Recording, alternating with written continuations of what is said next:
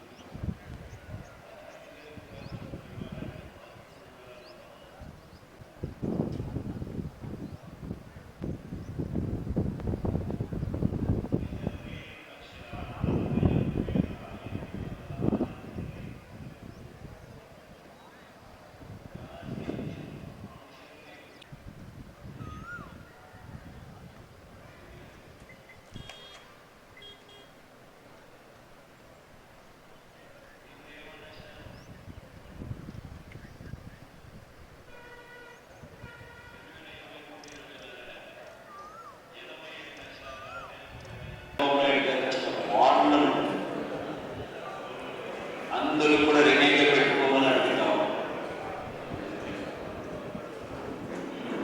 రెడీగా పెట్టుకుని ప్రతి ఇంటికి ఈ చంద్రబాబు నాయుడు గారు పంపించిన ఎమ్మెల్యేలు తప్పుడు కేసులు పెడతానంటాడు. నాలుగు మందమని అబద్ధాలు ఆడుతూ ఈ పెద్ద మనిషి మోసాలు చేసుకునే పెద్ద మనిషి ఇప్పుడు ప్రతి ఇంటికి తన ఎమ్మెల్యేలను తన పార్టీకి సంబంధించిన నాయకులను ఈ మోసాన్ని ప్రశ్నిస్తే ఏమంటాడు? ఈ నాలుగు మందం ఎవరైనా అడిగితే ఆ మేనిఫెస్టో వారికి చూపించి ఈ సంవత్సర కాలంలో మీరు రాష్ట్ర ప్రభుత్వం వారికి ఎంత బాకీ ఉంది అని ఆ మేనిఫెస్టో ద్వారా అందుబాటులో ఉండే దానికోసం అని చెప్పి మీ అందరికీ కూడా ప్రజలందరికీ కూడా ఈ మేనిఫెస్టో చంద్రబాబు నాయుడు గారి మేనిఫెస్టోను గుర్తు చేస్తూ అంటే recalling of Chandrababu manifesto recalling of Chandrababu చేసుకునే విధంగా ఒకవేళ ఎవరెవరి లేకపోతే వెంటనే డౌన్లోడ్ చేసుకునే వెసులుబాటు కనిపిస్తూ వైఎస్ఆర్ కాంగ్రెస్ పార్టీ ఈ క్యూఆర్ కోడ్ ద్వారా ఈ ఫోన్లలో ప్రతి కుటుంబం కూడా వీళ్ళు ఎంత బాకీ ఉన్నారో ఈ మేనిఫెస్టో చూసిన తర్వాత ఎవరెవరు ప్రతి కుటుంబానికి ఎంత బాకీ ఉన్నారో ఏ ఐటమ్ మీద వర్తిస్తుందో వీళ్ళు ఎంత ప్రతి